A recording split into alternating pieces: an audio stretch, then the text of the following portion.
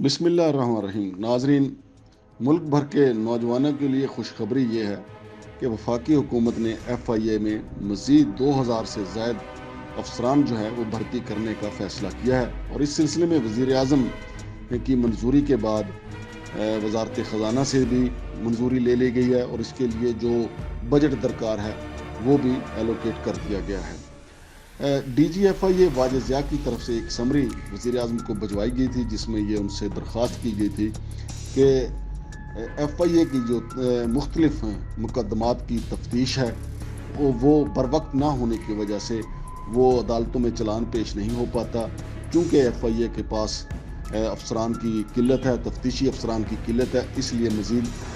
अफराद की भर्ती ज़रूरी है। चुनाचे वज़ीर आज़म ने भी इसको महसूस करते हुए मज़ीद 2000 जो है अफसरान भर्ती करने का हुक्म दे दिया है।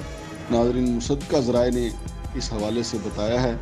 कि इंस्पेक्टर की सतह तक जो भर्तियाँ होंगी वो फेडरल पब्लिक सर्विस कमीशन के थ्रू होंगी, जबकि सब इंस्पेक्टर ASI और क्लरिकल जॉब जो हैं वो वर्चुअल यूनिवर्सिटी के ज़रिए भर्ती करने का फ़ैसला किया गया है।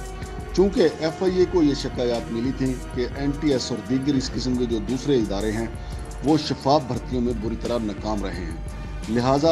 अब जो भर्तियां की जाएंगी वो इन इदारों का सहारा लेने की बजाय वर्चुअल यूनिवर्सिटी से मामला तय किए जा रहे हैं। और इस हवाले से ये भी मालूम हुआ है कि जो अखराजात हैं, जो जैसे कि पहले सरकारी इदारे NTS और दीगर इदारों को अदा करते थे, वो अखराजात उम्मीदवारों पर डाले जाएंगे। वो मुमकिन तौर पर फ़ी उम्मीदवार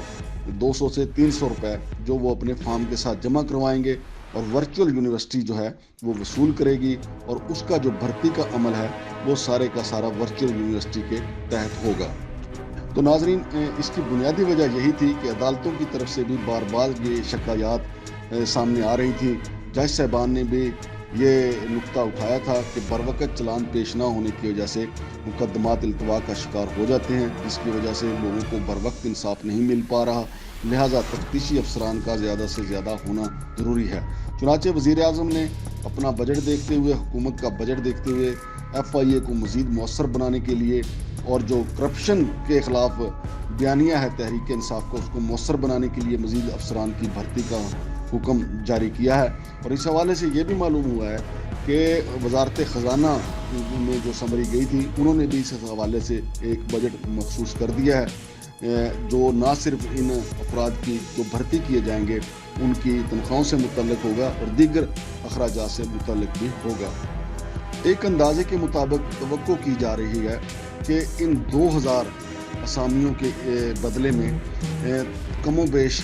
जो है वो 7 लाख के करीब मुल्क भर से दरख्वास्तें मौसूल होने की तवक्को है। लेकिन इसको शफाफ और मेरिट पर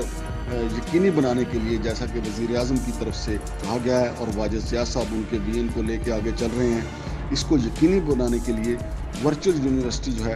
वो अपना अहम किरदार अदा करेगी। और इसको शफाफ बनाने के लिए ये भी मालूम हुआ है कि FIA ने वर्चुअल यूनिवर्सिटी के साथ मिलकर ये एहतमाम भी करने जा रही है कि जो ही उम्मीदवार पेपर देकर बाहर निकलेगा तो अगले 15 मिनट के बाद उसको मालूम हो जाएगा कि वो पास है या फेल है। क्योंकि माजी में ये शिकायत सामने आई थी कि उम्मीदवार जब अपना टेस्ट दे के आते हैं तो बाद में मैनेज करके वो खुद को पास करवा लेते हैं। तो ऐसे कई नाअहल लोग जो हैं वो ऊपर आ गए और कई अहल और जो जिनका हक बनता था और वो पीछे रह गए, वो मैनेज ना कर सकने की वजह से। लिहाजा वज़ीर आज़म की तरफ से सख्त हदायत मिलने के बाद वर्चुअल यूनिवर्सिटी के साथ FIA ने ये एहतमाम किया है कि जो ही उम्मीदवार मुतलका सेंटर में अपना पेपर हल करके बाहर निकलेगा तो 15 मिनट के बाद उन्हें नतीजा मिल जाएगा कि उन्होंने कितने नंबर लिए हैं, आया कि वो एलिजिबल हैं या नहीं, तो उनको फौरी तौर पे मालूम हो जाएगा। लिहाजा ये शिकायत पैदा होने का इम्कान ही नहीं रहेगा कि किसी ने मैनेज किया है या नहीं। वाज़ेह रहे कि इस वक्त FIA में साइबर क्राइम के